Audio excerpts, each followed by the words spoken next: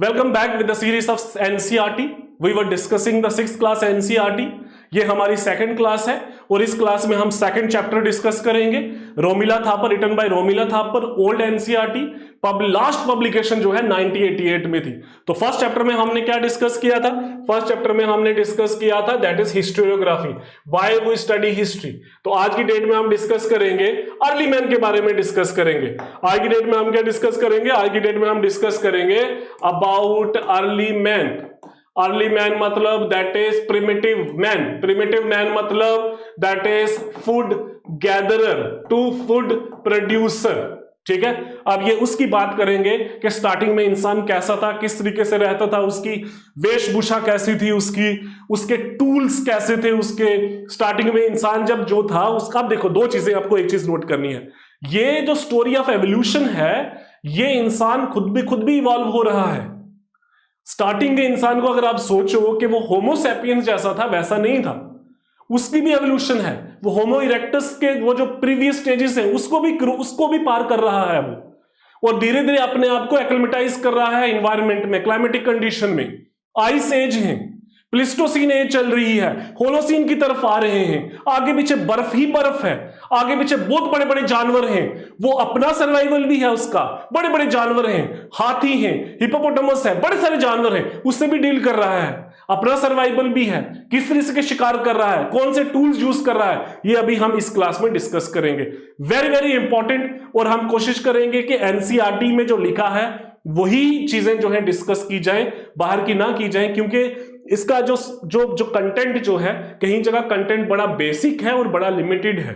Okay, so let us start. Okay, we will start with early man, that is the second chapter. Now see early man in India. Okay, chapter number second, man as a nomad. यहां पे इंसान क्या है? Nomad है। यहां पे इंसान settled नहीं है। यहां पे इंसान की कंडीशन जो है आप पहचान ही नहीं सकते हो। अगर आपको टाइम मशीन मौका मिले, टाइम मशीन से थ्रू बैक जाने का, आप पहचान ही नहीं पाओगे कि ये हमारे पूर्वज हैं। आप पहचान ही नहीं पाओगे कि ये हम ही हैं। किसी दौर में हम थाउजेंड ऑफ इयर्स बैक हम ऐसे दिखते थे। Now see these are the certain pictures जो हमने कहां से ली हुई हैं? ऑफ कोर्स गूगल इमेजेस से ली हुई हैं। Okay, so it took thousand of years for primitive man, it took thousand of years, जो प्रिमिटिव आदमी है, thousand of years to primitive man to change into a civilised man. आदमी को हजारों साल लग गए, लाखों साल लग गए यहां तक पहुंचने में। It was not a easy journey, इतनी आसान जर्नी नहीं थी, इतनी इजी नहीं था ये सारा कुछ। Okay, it almost to 3 lakh years, 3 lakh साल लग गए for a man to change from food gatherer से फूड प्रोड्यूसर। मतलब लाखों साल लग गए उसको खेती बाड़ी स्टार्ट करने में। सरप्लस छोड़ो, अभी सरप्लस की बात ही नहीं है, लाखों साल लगे उसको प्रोसेस स्टार्ट करने में, from the food gatherer to the food producer. Okay, initially the early man lived in caves and small shelters amidst the leafy branches of the large tree. The early man was afraid of 2 things. 2 चीजों से डरता था, एक मौसम से और एक wild animal से। इन चीजों से डरता था। ये अपने आप को उसी तरीके से अपने आप को क्या करता, उन्हीं चीजों को, उन चीजों से उसको क्या था, खतरा था उसका। Tool used by early man were only source to study. इस एज को स्टडी करने के लिए हमारे पास only one thing, that is tools. यहाँ पे रिटर्न रिकॉर्ड नहीं है यहाँ पे, इसीलिए इस फेस को हम प्री हिस्ट्री बोलते हैं। आल्दो इस किताब में इस टर्म का मेंशन बड़ा कम है, लेकिन प्री हिस्ट्री क्या है? प्री हिस्ट्री वो पार्ट है हिस्ट्री का, यहां पे हमारे पास स्टडी करने के लिए रिटन रिकॉर्ड्स नहीं है। हमारे पास स्टडी करने के लिए ओनली क्या है? We have only tools. हमारे पास सिर्फ टूल्स है। Okay, so tools used by the early man were the only source to study this place. No written records are available. Thus, this is the part of history known as prehistory. This stage when stone was all purpose material for a man is called stone age. इसलिए इसको stone age भी बोलते थे, क्योंकि सिर्फ हमारे पास, इसके पास कोई मेटल नहीं है, इसके पास कोई और टेक्निक नहीं है, और कोई चीज नहीं है, इसके पास सिर्फ पत्थर ही है, इसके पास सिर्फ स्टोन ही है, इसलिए प्री हिस्ट्री एज को स्टोन एज भी बोलते हैं। यहाँ पे इंसान जो है फूड प्रोड्यूसर नहीं था, फूड गैदरर था। बड़े बड़े जानवरों का शिकार किया जाता था और उसी शिकार किए गए जानवरों को, मांस को, कच्चे मीट को खाया जाता था। यहाँ पे फायर की डिस्कवरी भी बड़ी लेटर स्टेजेस में हुई है। Okay, dependent upon the nature. Okay, tools were used for many purposes such as, tool किस लिए यूज किया जाता था? for skinning other dead animals, cutting their flesh, splitting their bones were the three distinct classes of tools representing correspondingly three different stages of man's progress. अलग अलग stages में अलग अलग टूल्स हैं. जैसे अर्ली स्टोन एज में tools क्या हैं? पेबल टूल्स हैं, चॉपिंग के लिए है, हैंड एक्स है. हैंड एक्स की शेप क्या थी? पियर शेप थी. पियर शेप जो थी, हैंड एक्स की क्या शेप है? पियर शेप है. ठीक है, नाशपति की शेप के जो है, जो सो दैट वो हाथ को हाथ में होल्ड कर सके. मिडिल स्टोन एज में क्या थे? Borer, arrowhead, scraper tools. Latest stone age में क्या है? Pointers, crescents, blades, scrapers. ये अलग अलग टाइप के टूल्स जो हैं वो इस स्टेज में यूज किए गए हैं. फिर से रिवाइज करेंगे. अर्ली स्टोन एज में that is the pebble stone, pebble tools, chopper tools, hand axe, cleavers showing a wide chisel edge. Middle stone age में बोरर्स, एरो. लेटेस्ट स्टेजेस में पॉइंटर्स, क्रिसेंट, ब्लेड्स. इसको हम discuss भी करेंगे. Now this ये NCERT में लिखा गया है. Now see this is what is this? This is called hand axe. ये चॉपिंग टूल्स हैं. अब this is the borers. This is again the small tools, crescent type के टूल्स हैं. नाउ सी दिस इज अलग अलग type के angles tools हैं यहां पे.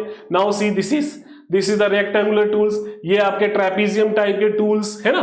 तो इस तरीके से pointer tools, this is the pointer. Okay, अगर फिर से हम देखें, now see the second stage में क्या है? बोरर्स, एरोहेड टूल्स है. ठीक है, this is the arrowhead tools, this is the chopping tools, this is scrapers है ना. ये अलग अलग टाइप के टूल जो है इंसान ने यूज किए अर्ली स्टेजेस में. और ये इसका सोर्स क्या है? इसका सोर्स एनसीईआरटी है. कौन सी एनसीईआरटी? 6th क्लास की NCERT, written by Romila Thapar. Romila Thapar की 6th क्लास की एनसीईआरटी है. This NCERT is extremely important for those people who are serious about their preparation. Okay, now the tool weapons. Tools कौन कौन से हैं? वेपन्स कौन कौन से हैं? Now this is called the flint. Flint is a specific type of stone tool, stone which was used for producing fire. Fire को produce करने के लिए flint. This is a flint. Okay, it was also used for making tools. थोड़े से sharp edges tools के लिए भी use किया जाता था. Some of these were found in the valley of Sohan river. Sohan river in Punjab. ये आज की डेट में it is in Pakistan. Sohan valley, Pakistan. Okay, in some places of Kashmir Valley, the bones of animals were also used as a tool. ये आज की date में हमारे पास remains मिले हैं. Some of the tools were shaped into hammer and the choppers. हथौड़े की shape में भी टूल्स थे. और बेसिकली अभी उसका इतना दिमाग नहीं है कि उसको handle as a handle use करे. वो उतनी वैसी ही बनाता था, वैसी ही हैंड एक्स करते थे कि हाथ में उसको क्या कर सके, अपनी होल्ड कर सके उसको. Beginning of the hand axe were also used without any handle for cutting the branches of the tree. It was also used for kill the animals, to dig the earth and to shape wood and stone. Smaller pieces like chips, flakes were also used.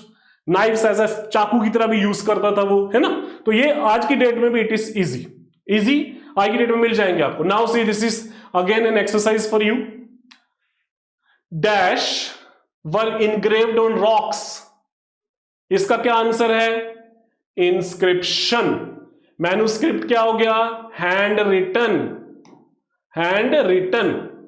Dash are ancient languages of India. Hindi, no it is not ancient language. Bengali, no it is not an ancient language. Tamil, no it is not an ancient language. Pali is a ancient language. Prakrit is a ancient language. Script है, Prakrit script और language में there is a difference.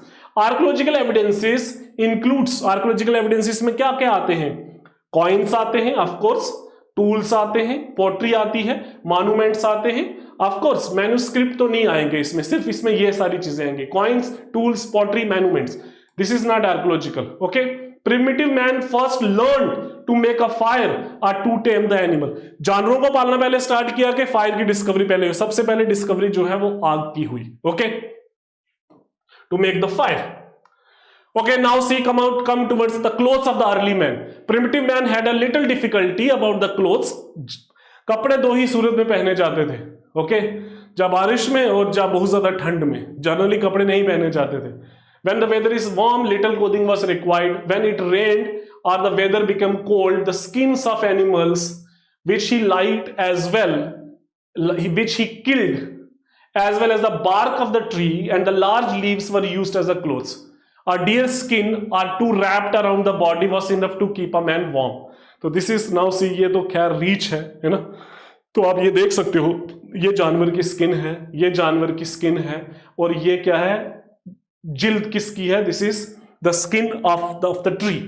Okay, उसको भी as a आप cloth as a use किया जाता था। Discovery of the metal, these were the metals early, इसी स्टेज में अर्ली मैन में सबसे पहला मेटल इंसान ने कौन सा यूज किया, कॉपर।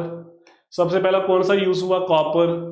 उसके बाद कॉपर के साथ दूसरी चीजें भी आई, फिर कौन सा यूज हुआ, फिर ब्रोंज भी बनाया गया, bronze was an alloy, alloy था ब्रोंज। आयरन की डिस्कवरी बड़ी लेटेस्ट स्टेजेस में हुई है। ओके, इनिशियली स्टोन एक्स, सिर्फ स्टार्टिंग में सिर्फ पत्थर यूज किया जाता था, were used to cut down the trees and shrubs. Cutting down the trees with a stone axis was a tiring job. Later on, another metal, copper, was discovered. Copper was mixed with other metal like tin, like zinc, जिसकी वजह से क्या बना, bronze बने। Knives and axes made of this metal were sharper, ठीक है, sharper and more effective.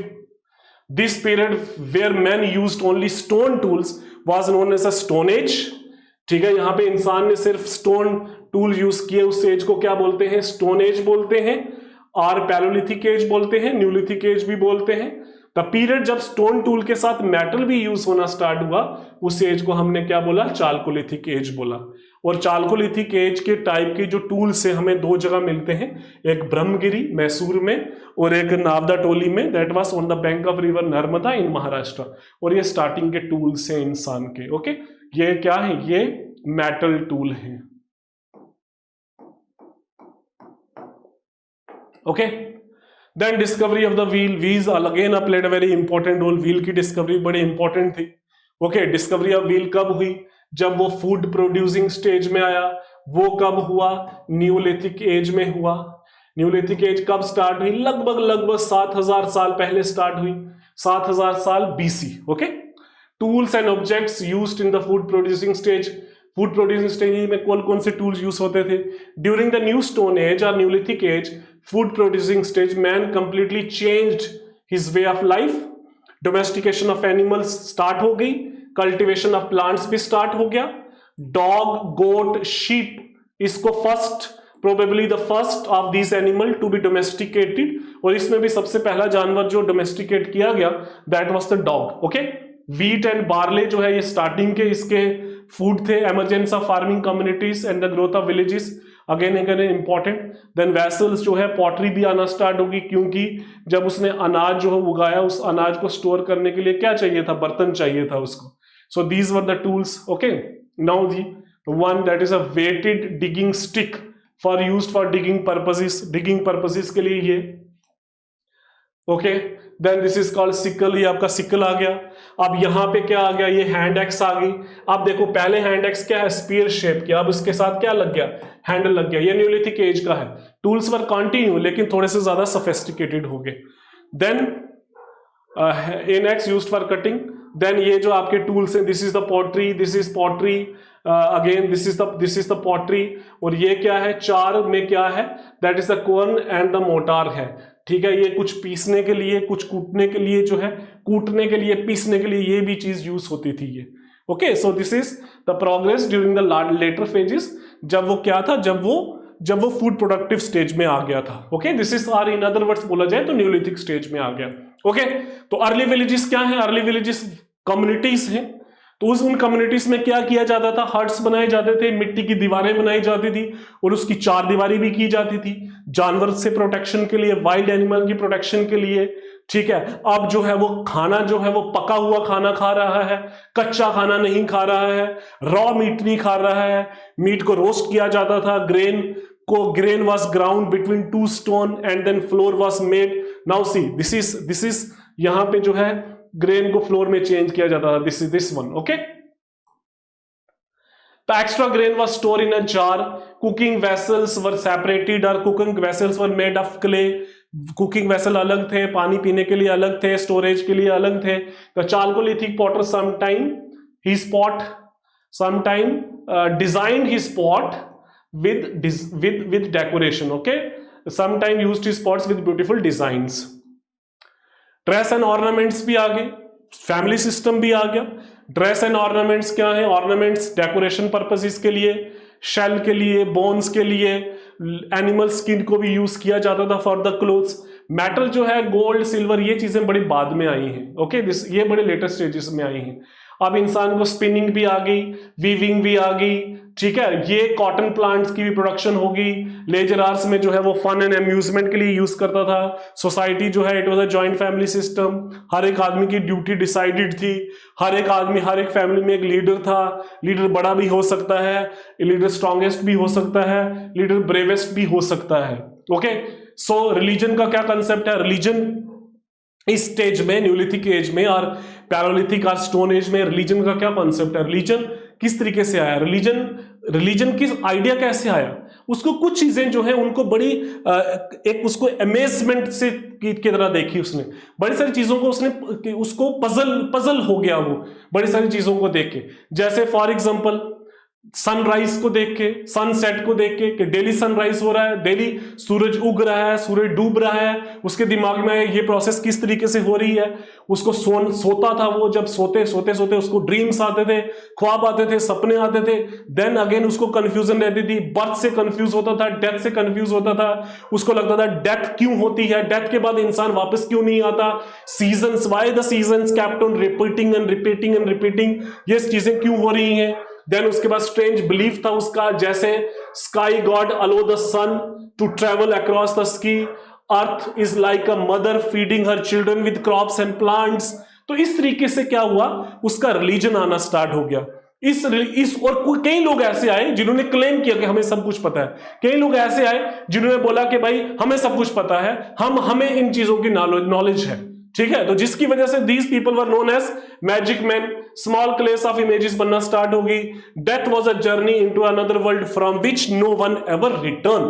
तो इस तरीके का बिलीफ सिस्टम जो है अर्ली स्टेजेस में आपका उसका आया। तो हमने क्या डिस्कस किया? About his religion, about his society, about his way of life, about his tools, about his weapons. तो this is the progress during the early Vedic, during the early age or prehistoric age. Again, this is an exercise.